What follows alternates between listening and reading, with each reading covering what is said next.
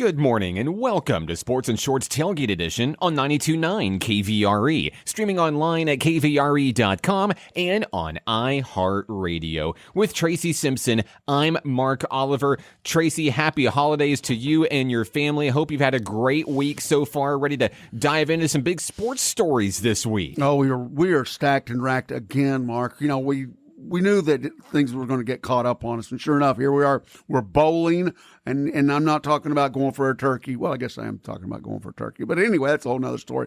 But anyway, we've got much to talk about. You know, this is the time of the year, even though baseball is over, we're still got some, topics on that. Baseball's, never a dull moment, especially with some things that you brought up. But then you got basketball, you got football.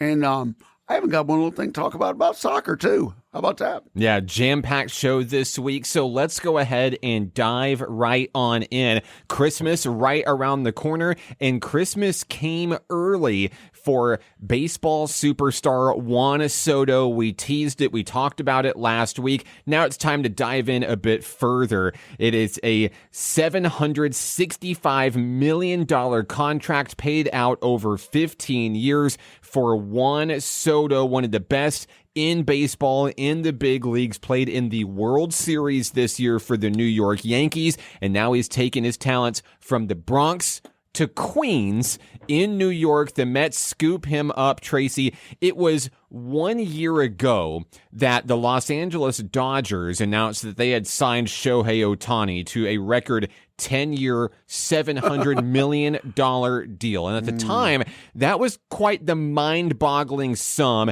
that even some sports commentators considered to be absolutely insane. But Shohei Ohtani, despite a big pitching injury, still helps lead with some historic numbers this year, leads the Dodgers to the World Series and over Juan Soto to win the World Series. That deal doesn't look so bad at this point. But Soto's deal makes Ohtani's deal look like chunk change out there. Now, Juan Soto was already a two-time All-Star when he was 23 years old. He was widely considered the best young player in baseball 2 years ago, had a World Series trophy and 118 home runs in just 5 seasons as a professional coming into this deal. But this deal is quite the gamble for the New York Mets, a program, an organization that has made some questionable large contracts over the years. This one, it just happens to be the most expensive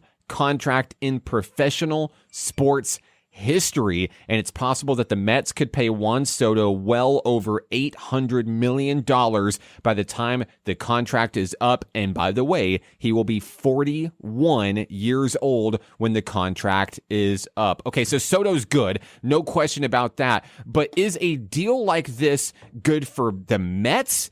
And is it good for baseball? And really going even further, is this good for professional sports as a whole? Mark, here's the deal. Obviously, he'll never have to take the subway in the Subway Series. There's no doubt about that. I'm sure he can have whatever he wants to drive. Private jet? But yeah, just boom, helicopter, boat, whatever. You know what I mean? But the bottom line is he a 50-50 guy? And, when we say 50-50, we know what Ohtani did, okay? I mean, and he's great, he's that, but is he worth that much money? And here's the deal. When does it stop? When does it stop? Where's the cap now? Because is it going to be follow the leader and all these owners around the league going for, well, let's just see if we can top that. And here's what's even a bigger question. The Mets? I mean, we talked about this in the pre-show a little bit. Why do they always do this kind of deal, the Mets? And then, it's not like they get a Tom Seaver all the time. You know what I mean? What is going on with this? And you know how this just enrages a lot of the players that are out there that maybe think they're a little bit better than him, that, don't have a deal. And they're looking at their agent going, what, well, hey, where's my deal? So where does it stop? And was it a good deal? I don't think so. I don't think it's good for the sport. I'll be honest with you. Well, it's a gamble to say the least. Is Soto great now? Absolutely. One of the best players in baseball right now. But this is a deal that's going to carry this same amount of value from the time of now, where he's 26 years old, 15 years down the line, he'll be 41 years old. It's very difficult for me to predict. It's difficult for anybody to predict that he will continue to be playing at an elite level in his mid 30s, late 30s, and 40s, early 40s, because it likely just won't happen. Let's be honest. Injuries are a huge part of this game. All it takes is one bad play, one bad movement, and you could really be putting yourself in jeopardy. So it's hard to gauge what is really considered to be a bad contract here, but the Mets are notorious for signing big name players who just never live up to the hype that was created around them, as well as long forgotten players, and where people just never really understood why they were being paid that much. Now, here's the deal. The New York Mets have not really done anything in Major League Baseball in decades. That's where we have to start here. Their last World Series appearance was in 2000. Subway Series, Mets and Yankees. And really, New York hadn't done anything on the Mets side, on the Queens side, before that either. So this is a program, this is an organization that is starving for success inside of the Yankees' shadow, if you will. Now, you have one of the best players in baseball come up for free agency at the age of 26. That's a unicorn kind of thing as it is.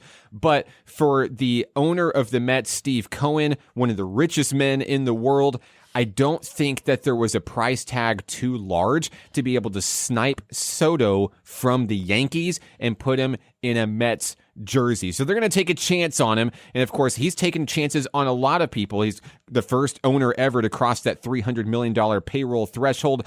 He had huge free agent signings with Max Scherzer and Justin Verlander, great pitchers in the game that were mismanaged, certainly, in their time with the New York Mets, were traded elsewhere and went on to do very good things. Verlander getting multiple World Series rings with the Astros. Scherzer doing very, very well in other organizations as well, currently a Los Angeles Dodger. So the Mets, I think their heart is in the right place. Their pocketbook, I guess, I don't know. What it does is it inflates the market. It balloons the market greatly, just oversaturates it. And it does, like you say, force other teams to pay up more to match that market increase that we're seeing. Ultimately, I think it's going to trickle into other sports as well, because it's going to have to, because you're going to start comparing yourself. Well, I'm just as elite as this guy in this sport. And if they can do this for baseball, football's more of a contact sport here. Why can't I get this? And all I see is that this is going to end up crashing the market once it reaches a boiling point down the road. No, and Mark, here's what a lot of us don't take in consideration also from our side, media end of it. The owner side is the dollar sign. Like you said, one of the richest guys, not only in New York, but in the world. All right. But then you got to take this in consideration, merchandise. Okay. How many people are going to buy one of those numbers now? One of those, I mean, whether it's a jersey or whether it's a hat or whatever that's got his name on it. Now, of course, he gets a little bit of that in the contract, but how much is that going to get? Think about tickets. They're not selling out every day. Okay. So if you sell 100 of those jerseys a day for $200, you just sold 25 seats, okay? And that's not to count cleats or cups or whatever is in merchandise, which, hey, Soto gets a little bit of it, but guess who gets a lot of it, Mark? The owner, okay? So we got to look at the big picture of it from where are they going to come out and be gangbusters? Well, I don't know, and you don't either. I mean, if we knew that, we'd be in Vegas winning a lot of money. But on the winning side, from the owner's perspective, yes, he's going to be a big plus with all the merchandise. And you got to take that into consideration. That's a lot of folks don't think about that. But you do the numbers, 15 million people in New York, and a lot of Mets fans are around the country. That's a lot of jerseys sold. It's a lot of money, and it better pay off. So the Mets finished 16 games over 500. They were tied for second in the National League East this season. So it's not like they're a cellar dweller just hoping for a miracle. They are fairly competitive in the National League as it stands, with other talents such as like Pete Alonso. So, they're out there looking for that missing piece to try to get them over the hump, get them across the finish line, because here's the deal, especially when you're competing in the National League, it's the Los Angeles Dodgers versus the world right now. So coming up with any missing pieces, because right now there is no salary cap in baseball. That's a whole other discussion. But there is a luxury tax, which is supposed to help mitigate some of the effects of that. But we're going to continue seeing these things. But when I saw this and I saw that it was a New York Mets, and I'll be honest, I did not expect the Mets to be the one to court Soto here, because coming off of a very tough World Series loss to the Dodgers, I know Soto certainly would love the money. Who wouldn't love that kind of money? But I know that he also wants to win. I'm not saying that the Mets won't be contenders this upcoming season, but I think there were other squads that could have given him a better winning environment than what New York had to offer there. But this is just another Mets thing that the Mets did. Of course, anybody who follows baseball knows there is a national Met holiday every July 1st, Bobby Bonilla Day. Wow. One of the worst contracts ever in professional sports, signed by this very Mets organization. Bobby Bonilla was never really a great player. He wasn't necessarily terrible, but he was really, really smart, had a really good agent, and he continues to rack in $1.1 million a year every July 1st until 2035. How about that? Insane. How about that? Unbelievable. What would you and I be able to do with $1.1 million handed to you once a year on July 1st? Disappear. Good grief. Yeah, and I wouldn't be selling jerseys, that's for certain. They're still paying Bobby Bonilla, who hasn't played Major League Baseball in decades at this point.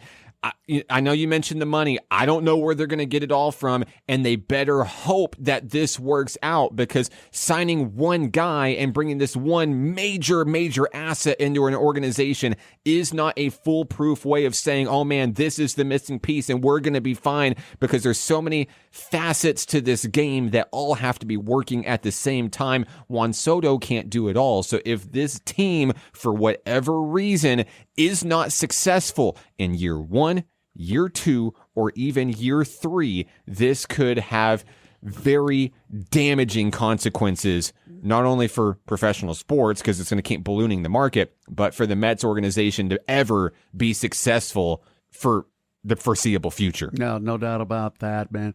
Well, we're stacked and racked. We got a lot of things going on, and baseball's still in the swing of things, but boy, we got a lot of things on the old gridiron too, though, Mark, don't we? Oh yeah, we got some NFL stuff to talk about whenever we come back. Don't go anywhere. Sports and Shorts Tailgate Edition continues in a moment on 92.9 KVRE. Second quarter coming up. And we're back, Sports and Shorts Tailgate Edition on 92.9 KVRE with Tracy Simpson. I'm Mark Oliver. Tracy, are you ready for my epic transition? Here we go.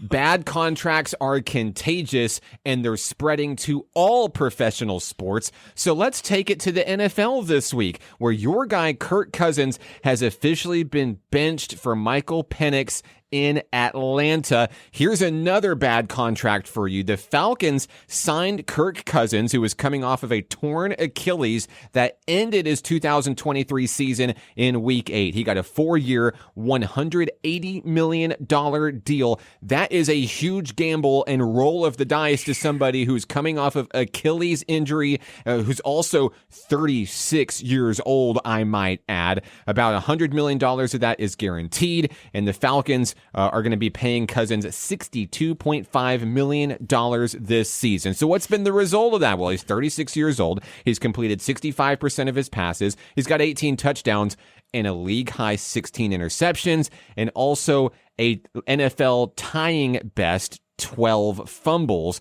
That puts him up there with Baker Mayfield for the Buccaneers. So things are not working out for Kirk Cousins in Atlanta. Or are they? Are we panicking a little bit early? The Falcons are 7-7. They're still in the playoff hunt. They're one game back from Tampa Bay in the NFC South, and they've got the middling New York Giants this week, who I'm willing to bet is not really going to try to win this football game with the whole, the tank moving forward. But Penix and the Falcons look to take care of business in certainly a must-win game in a heavily contested NFC South. What are your thoughts on Kirk Cousins sitting on the bench for this week against the Giants? Okay, Mark, everybody goes through a slump period, and his last 3 games were just that. But he got away with a W the other night. I mean, I know it didn't show anything impressive. It was an ugly win, but a win is a win. And it was very ugly. But also, like I said, everybody has slumps. Well, is this the time right now to bring in the rookie quarterback? If there was a time with a slump going on, and also with, just like you said, a Giants team that's not wanting to win, and you said it, I didn't, the tank is rolling forward with not just with the Giants, but with a couple other teams also. They're all vying for that number one draft. But here's the deal. Giants, they couldn't, I'm sorry. They're not the golden days of the Super Bowl, heroes. This is the time right now, if you're going to do it. I think even though Kirk, I like Kirk. I liked it when he made the big trade. I was hoping Dallas would have got him as a backup. But here's the deal. Is this the right time? Did the staff over at Atlanta make the right choice, bringing in the rookie on a team that doesn't want to win? Also, when you got your main quarterback in a slump, yes, this is the right time. But if they lose, they are going to look like, and here's the bigger part. Does Cousins at 36, like you say, does he want to come back in? How does that build his confidence? Not that he ever lost it, but what does that do for a guy's confidence? You get benched, even though you have a 500 season and you're not doing extremely bad, you're still in the hunt for the playoffs. Right. And you get benched? Yeah, I think it's more so about individual stats than the actual performance of the team, which I have to say does feel and seem a little bit unfair, but you're right. This is against one of the worst teams in the league this week, against the New York Giants. Penix is 24 years old. He led the Washington Huskies to the national championship game last season, and was picked 8th in the NFL draft this year. Completed 65% of his passes, had 36 touchdowns, 11 picks in his final year with the Huskies, and he had 4,903 passing yards, the most in the nation. So this is the experiment. This is the lab. You're going in like a mad scientist trying to find something that works. I'm more concerned about what happens after this week. Of course, as we've learned in the NFL, there is no such thing as a gimme out there, even though it looks overwhelmingly favorable on paper in this one. For me, what if Penix goes out and has a really great game? And you would expect that he probably would on paper, given just the lack of strength altogether on the Giants this year. Then I think it puts you in a really tough position for next week, because you go in and, of course, you're neck and neck with Tampa Bay. The Buccaneers are at Dallas this week. Of course, that's also a favorable matchup for Tampa Bay, you would have to think. So you want to make sure that you don't miss a step here. Cousins was never going to be the long-term solution in Atlanta. I think anybody can say that. 36 years old, coming off of a main injury there. When they drafted Penix 8th overall, that pretty much laid out the plans for Atlanta for the foreseeable future. But I also think that, the days for Cousins in Atlanta could be numbered, and he may be on the move at the end of this season. Well, and you just talked right then, New York. Hey, but are they a 7.5 dog against a rookie quarterback? Because that's what it's sitting at right now in Vegas. And there's actually 2 of them that's going to be off the board anyway when it comes around. There's only one other game that's a 7.5 that has a dog in there, and that's Detroit versus who? The Bears. I'm going to tell you right now, Chicago will not win that football game. Chicago will not attempt to win that football game. It will be 9 losses in a row, and my Facebook will be blowing up with, oh my gosh, how did we get here? Why are the Bears so bad right now? Listen, even at Soldier Field, it doesn't matter. It don't matter if they're playing in Costco. Okay, they are by design tanking the rest. The Bears aren't going to win another game this year. Yeah, you can put my money on that right now, because their plan is to get a better draft pick and try to bolster that offensive line that allowed Caleb Williams to get sacked, 7 times last week? And hurried 21. Insane. Yeah, absolutely. You can't put that through any kid. I got to get off my soapbox quickly, because I'll end up blowing 10 minutes talking about how bad the Bears are. But the Bears. But it's a team that has glaring weaknesses on the offensive line, and has for 10, 15 years at this point, but continues to do nothing about it and just drafts quarterbacks. Okay, let's reverse the role right here real quick, Mark. Okay, we just had a all-pro guy that we know hurt, 36 years old, gets set down by a rookie. when are the Bears going to sit down a rookie and bring in the old reliable that they have on the bench? I would love it. Why don't they do that? I would love to see that happen. I mean, where's the reverse role here? I mean, because why? Because they know they're tanking. Yeah, oh yeah. They got it rolling full blast ahead. I don't care what comes in front of them, and that's the reason he's not. And like you said earlier, he's not going to get any more experience in these next 2 or 3 games. You know what he's going to get? Hurt, like you said. He's going to get hurt. Talking about Caleb Williams, absolutely, because he doesn't know. All of Miami quarterback, he doesn't know when to get down. He does not. He will not get down. He takes those hits time and time again. The other night, I thought a couple of times. I thought the guy, when the one got tackled, I thought his neck was broke for a minute. And he just got right back up. He won't go down, and they're going to get him hurt. And, well, hell, if they're trying to get things tanked for next year, they're going about it the wrong way with keeping him in the game. So let's take a look at the NFL standings, where I think we're in the middle of witnessing a changing of the guard right now. We start with probably the most exciting game of the NFL last week, Buffalo and Detroit, where the Bills finally knock off that huge Lions winning streak. That was an absolute thriller, Tracy. 48-42, Josh Allen with another huge game to snap the Lions winning streak. That was a really big deal for Buffalo, moving to 11-3 on the season. And as you look across the way in the AFC, yeah, the Kansas City Chiefs won another game, but potentially at the cost of Patrick Mahomes. Coming up late with an ankle injury in that one. Buffalo firing on all cylinders right now. And I don't know that Kansas City has fired on all cylinders maybe even once this season. I know that's wild to say for a 13-1 team, but they are the most unconventional team in the NFL to me to win this many games in the way that they do. I know they've won 4 in a row, but they do it in just such bizarre ways that it feels like if one domino falls, possibly like Mahomes, it could really mix things up. Of course, they're the team to beat. They've won 2 Super Bowls in a row, looking for the three-peat. But right now, that big win over Detroit has me thinking Buffalo may be finally having its chance to do it all this year. Okay, I'm just going to put it on the table right here. The deal with Kansas City was all set up. His ankle's no more hurt. This was all a tactic, because when they come up and they get beat their next game, he's going to come up limping. And he's going, oh, just like he did 2 years ago when he had the limp, okay? And and I'm just telling you right now, he's not hurt, man. You saw him on the sidelines. He was walking around talking to everybody when the other quarterback So came you out. think Patrick Mahomes is So this is the big I'm going to have Keena come pick my jaw up off the floor in this studio. Tracy Simpson, the man that will not admit that teams tank in the NFL, although I'm pretty sure you just alluded to it with the Bears. You will not admit that tanking is a real thing, but all of a sudden, tinfoil hat, the Chiefs are faking an ankle injury. No, not the Chiefs. Mahomes. Patrick Mahomes is faking an ankle injury for what cause? Because when they lose, which they're going to lose the Super Bowl, they're going to lose in the playoffs. Okay. He goes, well, I wasn't 100%.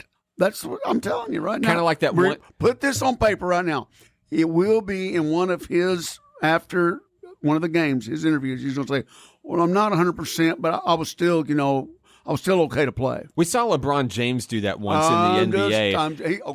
We're going to call it a la James. We've seen that before in the NBA where he's talking about, I've been playing with a broke hand because I punched the wall after losing a game. Remember that incident? Yeah, it's wild. Well, let's talk about Detroit, because now Detroit has its second loss of the season. Oh, no, right? Mm-hmm. But now that's a problem, because there's a tie at the top of the NFC North, because the Purple People Eaters of Minnesota have won 7 in a row, and they are also 12-2. Boy, what a matchup there between those two. Of course, they're not playing this week, but Minnesota turning it on whenever it matters the most. And if you think a 7-game winning streak is great, wait till you hear that the Philadelphia Eagles started the season 2-2 and now have won 10 in a row. This Super Bowl, like you said, hey, the Chiefs may not win this thing. It feels wide open right now. Well, and did you see the interview with Dan Campbell? He said, I don't care from here on out. Yeah, our defense we're banged up. We are banged up. But I don't care if we win by 1 point or 100. I'm still going to be happy. It doesn't matter. And we're going to come out He said, did we get a little bit dismayed in our own house? Yes, we did. But you know what? It humbled us. And that's what he said. I just watched the interview. He said it humbled us. And you know what? We forgot how it was to eat cornbread because we were eating cake now and with too rich icing. He said, well, guess what? We're back to cornbread. And you know what? It's time for us to come out and play like we were playing. And that's what he said. He didn't put it on anybody else. He just said it as a whole. So I don't know, but you're right about Philadelphia. They added that one piece of the puzzle, which, you know what? He didn't even break 100 yards the other day in Barkley. But what he did do, he drew the defense on him to where it opened up everything else. And they didn't talk about that much. They had 2 receivers over 100 yards. And, of course, you know what their quarterback is capable of doing. And that's exactly what Jalen Hurts did and that's also. What he did. So, you know, he threw for over 300. He ran for 2. And he drew the defense, everything on the Barkley. So, yeah, even though he didn't get a 100-yard game, he still did his job. And it's so basic. What Philadelphia is doing, it's so basic. Like, I have one season of flag football coaching experience, and I could probably write up the same plays that the Philly Eagles run, because they're either going to do the brotherly shove, the tush push, run it straight up the middle, or they can send Barkley to the right and have Jalen Hurts quarterback sneak to the left, shoot him in 2 different directions, concealing the ball. Who's got the ball? You got to go one way. If you're wrong, it's a touchdown. It's that simple, man. It's almost like the T, the wing T is what it's like with an I. I mean, that's exactly what it is. And then, of course, when you draw the defense over, when they put 8 in the box and they converge on the guys, what does he do? He throws one right over the top because the safety's he's pushing up to cover the linebackers because the linebackers are already trying to squeeze them inside the boxes.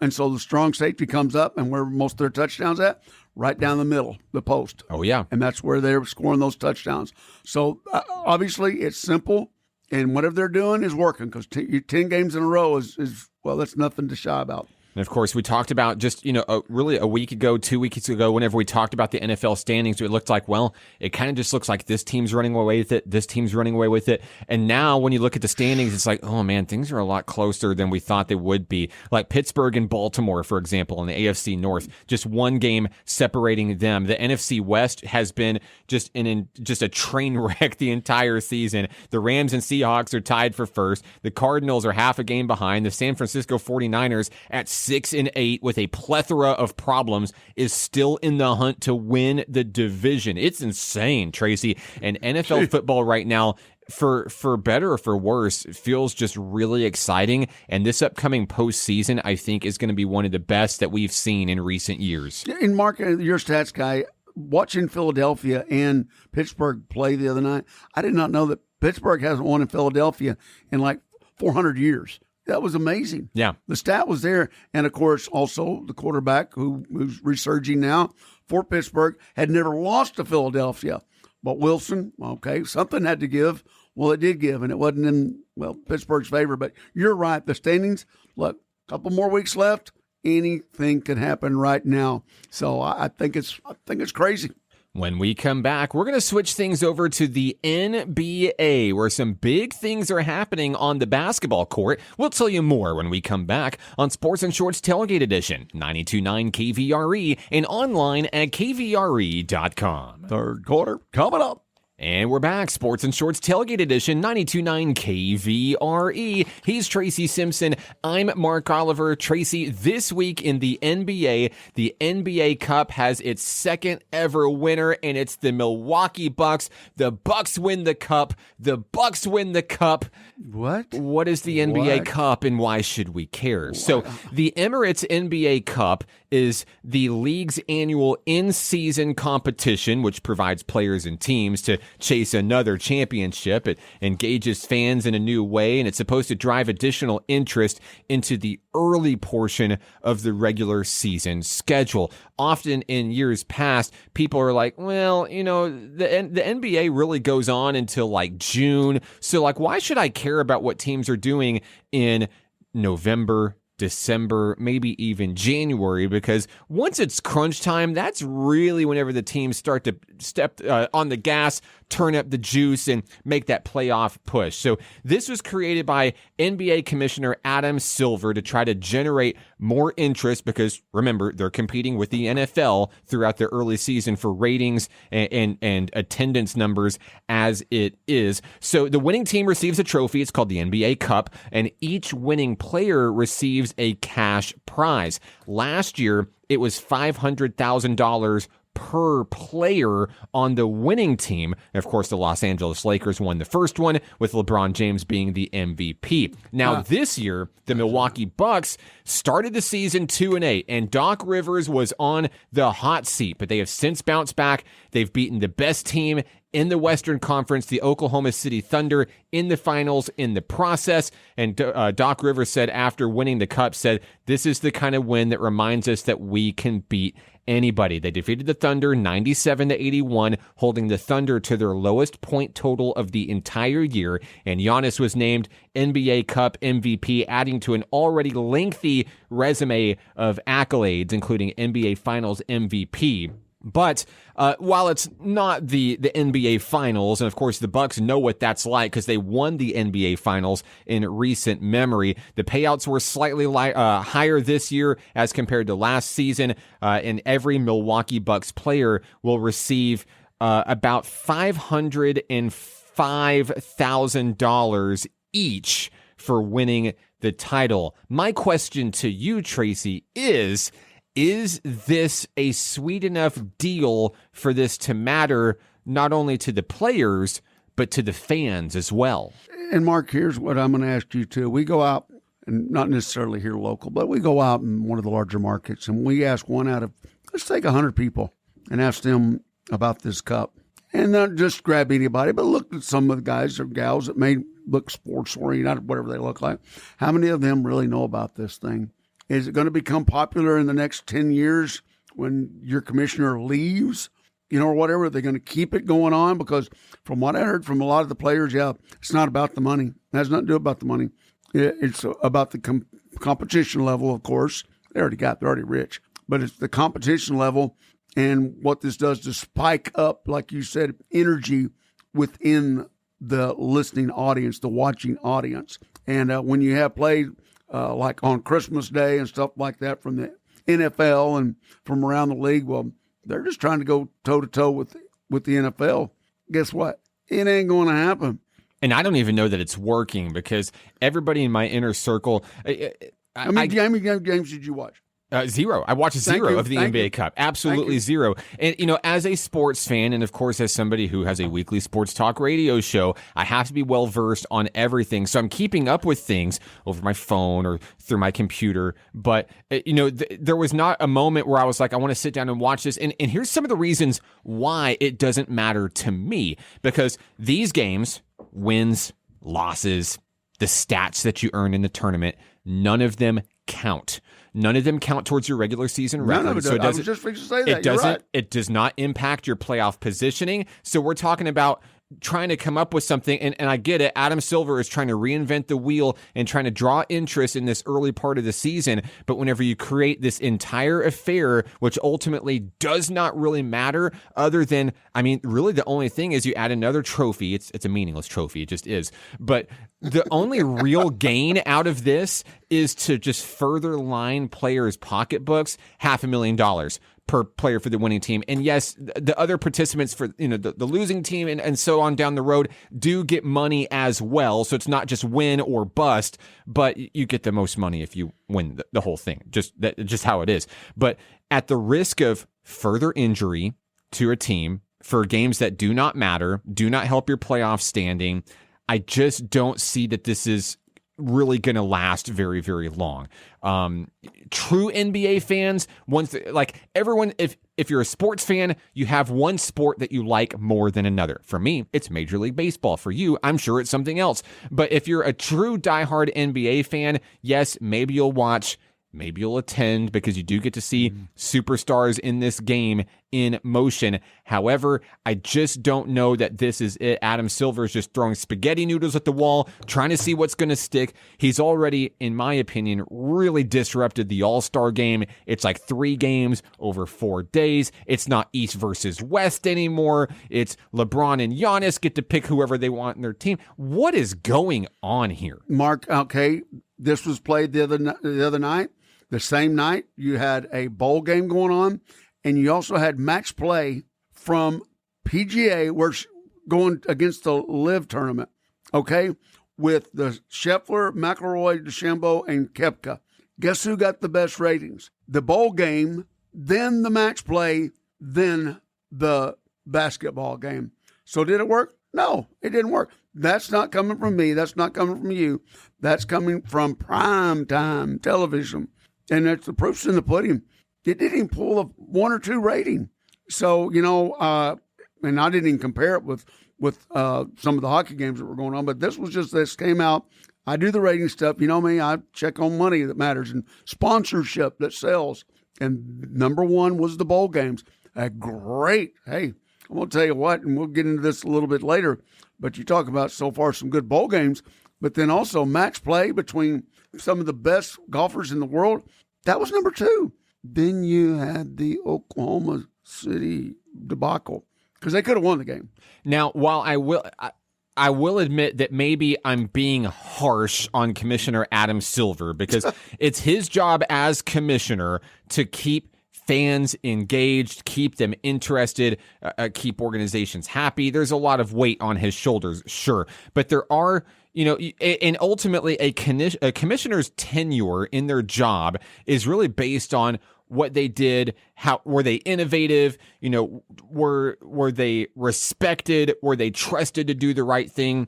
So far, Adam Silver has really tried to just mix things up. And I really think that he's catering towards maybe a younger audience to try to keep that level of enthusiasm for the game. It's not that people don't like the NBA. I just think that people really kind of tune it out until wrong time.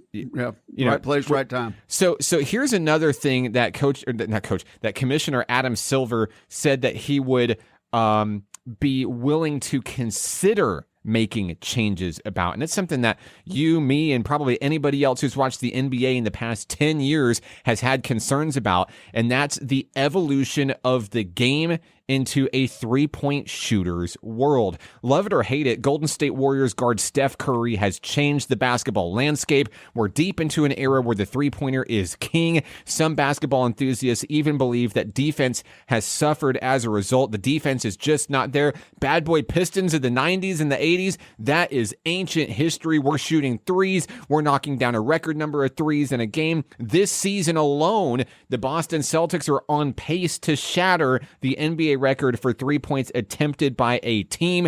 All across the league, threes are up across the NBA. And Commissioner Adam Silver says that the NBA is diligently studying the trend. And while I have to say that he said that he is not willing to make any changes in the middle of a season and also doesn't have any immediate plans, some of those plans could be to move the three-point line back. We've seen this before in the history of the game whenever it became more prevalent and maybe easier and more teams were shooting threes. Where the three-point line is now is not where it used to be decades ago. And another option is the potential of adding 4 and even 5 point plays, which really start to incorporate the half-court line, if you will. So, Tracy, you don't love basketball as much as maybe others who are listening on the show today. What are your thoughts about potential changes to the three-point line? Well, Mark, I obviously think it should be changed. I mean, I'll be honest with you. There's no skill level. Now, don't get me wrong. A shooter is a shooter. And this goes all the way back to Larry Bird and anybody else, and the countless other guards and the guys that shot 3 points for forever and ever and ever. But there's no pick and rolls like we were talking. Yeah, there's a pick up top, and 9 times out of 10 they call it a foul. But then if they made it a little bit further, look, Caitlin Clark is making shots not only from where the men's are shooting them, but from 45 feet further than that. You know what I mean? From way out. So, yeah, change the depth of the three-pointer. They're doing it already. Change it, maybe in style or something like that, or just something that nature. Now, the point system, I don't see that helping out even. They're already scoring in the 130s as it is. You want them to go to 200s? That's true. That's true. So, but it may give them a little bit more rational thought if the line was a little bit further out, 3, 4, maybe even 5 feet, because these guys are, I mean, you just said it a while ago, the style is changing. You got guys that are gunning it well beyond the arc. I mean, well beyond 21 feet. So think about it, Mark. If you push it out a little bit further, they just might think twice about it, okay, before they throw that one up. Is our defenses going to be spread out a little bit more? Sure. But rebounding, you may have to think about that a little bit more. Not the one and then maybe get it back after a 3-point. It's maybe one and you're already going back in defense. So I think if you lengthen the line a little bit, you may change the style of play. Now, I will agree with those that say, man, there's just not really defense in the NBA anymore, because I do think that there's a lax of effort there in the past 10 years or so. But I don't think it's because of three-point shooting. I think, honestly, the evolution of three-pointers in the NBA is really healthy for the game. I think it's really just indicative of the skill level that we've seen. Of course, Steph Curry, back in the era where I was watching NBA primarily, you had like Reggie Miller was your top 3-point shooter. Yep. Others that could do it well would be like your John Stockton as well. Steph Curry comes in and really helps change the game with 3-pointers. James Harden is another name, which I'm not a huge Harden fan, but is also somebody that's really contributed greatly. He's in Steph's shadow for sure, but there's some really good players right now in the NBA that I think after their career is over will be looked back on like, whoa, that was a real big game changer, and I didn't realize it when I was watching them. I think that defense is taking a back seat due to the increase of player injuries, or really just as a business decision, in air quotes here, because players are worried about getting hurt, losing money with some of these wild record contracts that are contagiously hurting every sport. There's a theme this week. There's a theme. I'm done. You just brought it back up. I know. Well, Mark, look at this too, though. Look what it's changed at the All-Star game. Years ago, they didn't have the 3-point shootout. Yeah. Now that's a big part of the All-Star. It's almost taken front seat to the slam dunk, which will never go away, but it's still right there now. They didn't do that back in the 70s, previously. From a youth approach, though, I mean, I watch a lot of college basketball, let's be honest. Yeah. And the three-pointer is just as prevalent in college ball as opposed to your dribble and drive, your pick and roll, like you said, and going in and just playing dominant defense down low. Those guys still exist, and they are still viewed as a huge asset in the NBA draft. But we're in a shooter's era right now. Will that ever change? I'm sure that it will. We've seen this cyclical approach to the NBA, but I think the three-point ball is here to stay. I would be personally disappointed if they move the three-point line, because then I think it really retroactively affects the legacies of those that accomplished a lot before then, and it really makes the number battle kind of weird. Well, this guy shot this many, but it was at this point. Who's better? I think it makes some real awkward debates in the future. Hey, Mark, real quick before we go to the fourth quarter, I'm not trying to take away Adam's job, Commissioner, but maybe if they picked out something they could contribute the money to, it's not like they're already rich. True. Okay? But if they had something that they could donate the money to when they win it, maybe would draw a bigger crowd or something like that. Yeah. The Habitats of the world, right. The United Ways of the world, what Boy Scouts, whatever, YMCA, whatever, that could contribute to some sort of a nonprofit that might draw more. And maybe you have an opinion as well. You can text us 501-915-1300. How would you help generate more interest in the NBA during the early part of this season? We've got one more segment on this week's show when we come back right here on 92.9 KVRE. Fourth quarter coming up.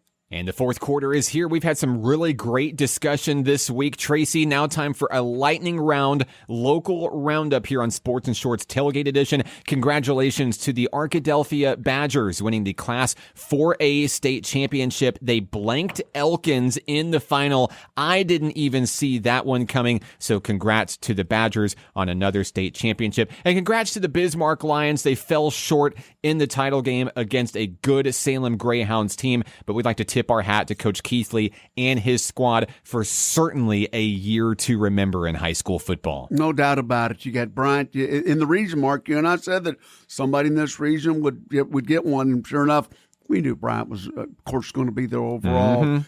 But Arkadelphia, they got challenged at first. Of course, playing a couple of 6A teams, they didn't go in with a perfect record by no means, but coming up with when it counted, that's what happened. And sure enough, another championship in the mighty 7-4A. Here in Garland County, we'd like to congratulate Fountain Lake High School junior Dylan Detmering on passing 1,000 career points for the Cobras in a December 5th win over Poen in the Bill Gibbs tournament at Haskell Harmony Grove. Detmering scored 38 points to lead the Cobras to victory. Fountain Lake went on to win the tournament and are off to a blistering start this year. Detmering's 1,000 points club is even more special, Tracy, because he's just a junior. And he's not even halfway through his junior season. He averages 23 points per game, 5 rebounds per game, 2.5 assists, 2.7 steals per game. I know his dad, Jake's got to be extremely proud of the work he puts in. Dylan's a gym rat. He slips past defenders. He scores well in all 3 facets of the game, and he is already now well on his way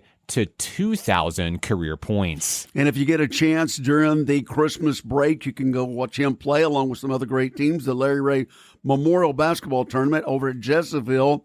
And that's going to, of course, have Jesseville, Fountain Lake, Blytheville, Warren, Conway Christian, and some other teams. So you can go watch him play during that time right after Christmas. And we'll try to have some of those coaches on for our next segment after Christmas. But speaking of Christmas, Mark, wow.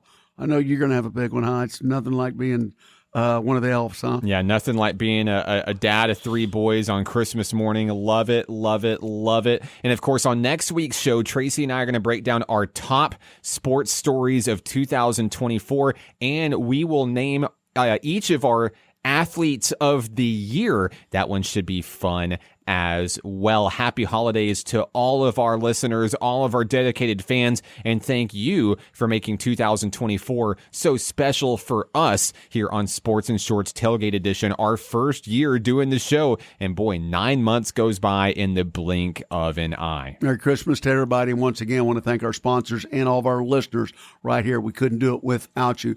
Merry Christmas. We're here every Saturday morning, 10 a.m. on 92.9 KVRE, KVRE.com, and on iHeartRadio. For Tracy Simpson, I'm Mark Oliver. Merry Christmas. Happy holidays. We'll see you next week. Game over.